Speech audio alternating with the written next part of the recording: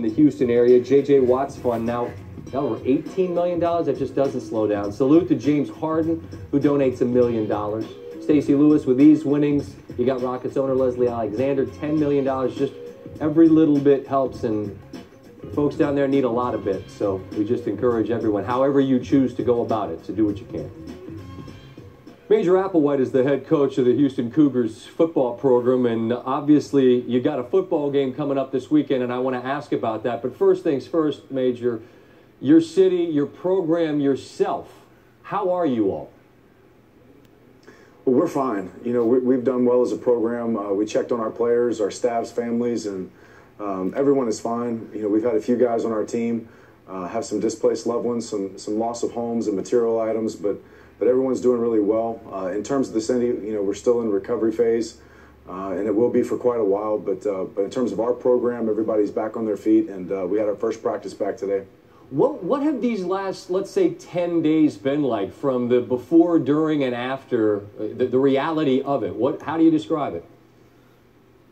Well, beforehand, I mean, everything was about, let's see if we can get our team to a safe location, practice, get quality practices in hopes that the storm would blow by, and then have an opportunity to play the game. And then during the storm, obviously the severity of it and which way the storm turned, it kind of changed the plans in terms of the game. And then we had to move hotels there in Austin and move to downtown Austin, which was interesting. And then the game had been postponed, so we had 120 players, you know, travel squad and walk-ons and everybody in a hotel for 2 days of practice, knowing that we're not going to play in downtown Austin. So that was a lot of interesting tests, but at the end of the day, I mean, we realized as players we were fortunate. I mean, we're staying in hotels, we're being fed like kings, we're watching the Mayweather fight, and we realized that there's a lot of people at home that are suffering, and for us to get back on that bus Thursday night and be able to get back in town and be able to help in relief efforts on Friday and yesterday was huge.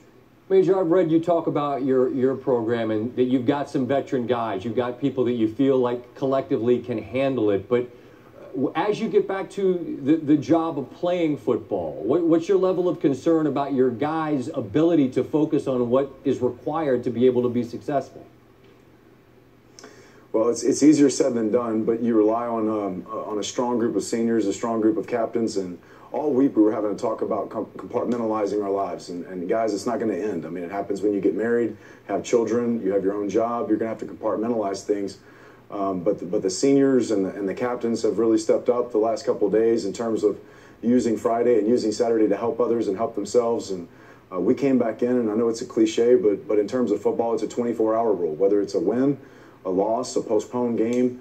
So our team did a good job today of going out there and being focused on Arizona and making sure we had a quality practice and we compartmentalized our thoughts, and we're moving on to game week now.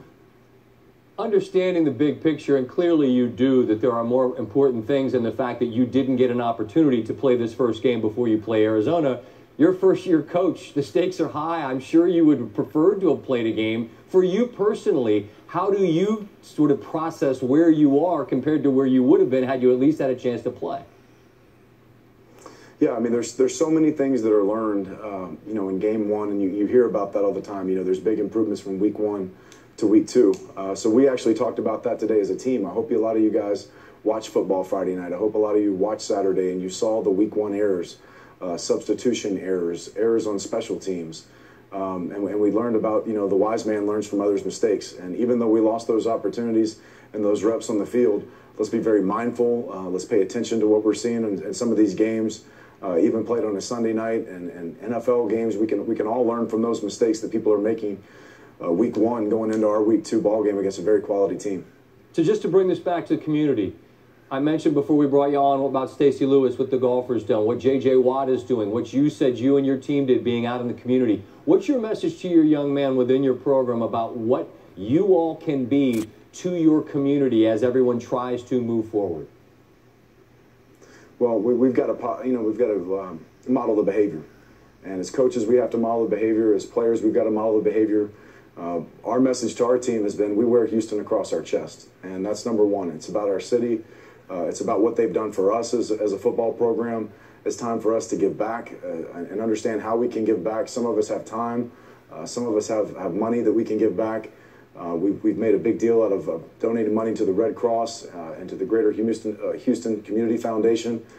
to aid in these relief efforts. You know, J.J. Watt is doing his thing as well, and a lot of money has been raised to help our community and keep our city strong.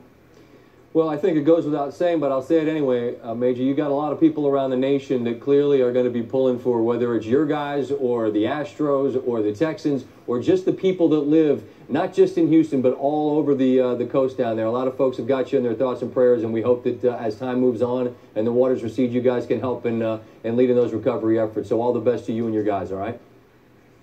Thank you. I appreciate it a lot, Scott. Thanks for having us and let us represent our city.